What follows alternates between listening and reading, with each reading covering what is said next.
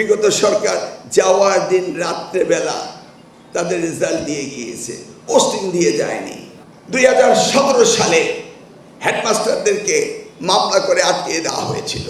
32,000 হেডমাস্টারের নিয়োগ বন্ধ রয়েছে 2017 সাল থেকে। সেই গভর্নমেন্টের তো আদালতের উপরে এতটা প্রচ্ছন্ন তাদের প্রভাব ছিল, যে কোনো রায় তারা নিয়ে আসতে পারত, কিন্তু হেডমাস্টারগুলোকে আটকিয়ে দিয়েছে। সিম্পল একজন শিক্ষকের মামলা করে, সেই মামলার রায় 10 বছর পরে আমাকে ওই মহান সংসদে দাঁড়িয়ে 300 বিধিতে আলোচনা করার পরে সুপ্রিম কোর্টের চিফ জাস্টিস সেটা শুনে তিনি সেটাকে ক্লিয়ার করে দিলেন পরের সপ্তাহে। ওমা, এরপরের দিন আবার মামলা, আবার আমি মহামান্য আদালতের আশ্রয় নিলাম, আবার ক্লিয়ার করলাম। মামলার পর মামলা, এ কি হয়ে গেল? তারপরে একটি শিক্ষক নিয়োগ দিতে হলে যে সরকারি শিক্ষক যে প্রসিডিউর মেনটেন করতে হয়, সেটা একটি লম্বা প্রসেস, গ্যাজেটেশন করতে হয়।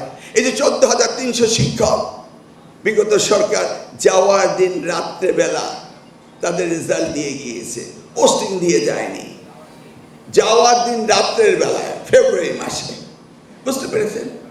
এখন এটাকে আমার রেডি করতে দেখা গেল 4 মাস চলে যাচ্ছে।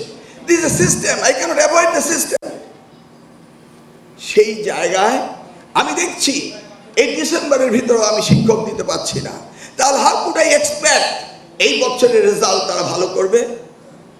একবার ভেবে দেখেছেন? এখন আবারও বলতে হয় বিগত সরকারের কথা, কারণ তারা এই ব্যাকলগ শিক্ষায় রেখে গেল কেন? Why they did it? গতকাল রেজাল্ট হয়েছে, অনেকে কষ্ট পেয়েছেন, অনেকে খুশি হয়েছেন, কিন্তু যারা ভালো করতে পারেনি আমি তাদের অভিভাবককে অনুরোধ করব, একটি পরীক্ষায় খারাপ করাটাই কি তার জীবনের ব্যর্থতা? তাদেরকে আদর দিন, ভালোবাসেন, বলুন যে না, তোমরা আগামীর পরীক্ষায় ভালো করবে।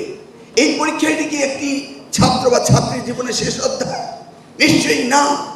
আমরা অভিভাবকরা যদি জিপিএ প্লাস না পাই, তাহলে আমরা মনে করি আমাদের সন্তানদের ভবিষ্যৎ শেষ।